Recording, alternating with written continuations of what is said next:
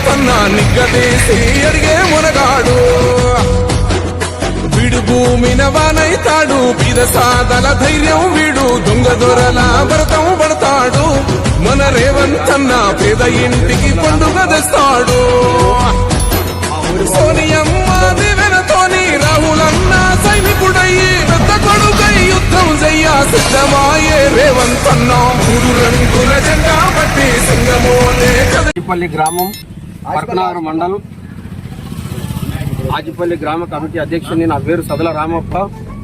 నేను మా ఊరి వాళ్ళు అందరూ రైతు రుణమాఫీకి సీఎం రేవంత్ రెడ్డి చిత్రపటానికి ఈరోజు పాలాభిషేకం చేయడం జరిగింది.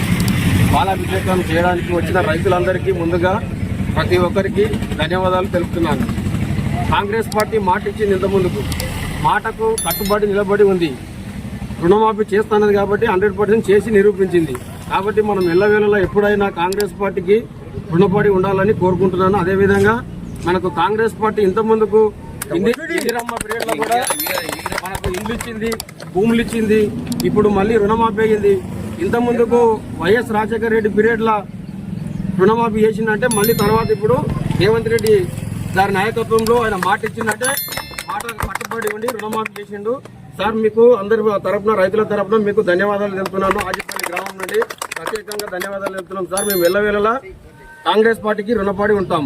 Thank you. జై కాంగ్రెస్, జై కాంగ్రెస్.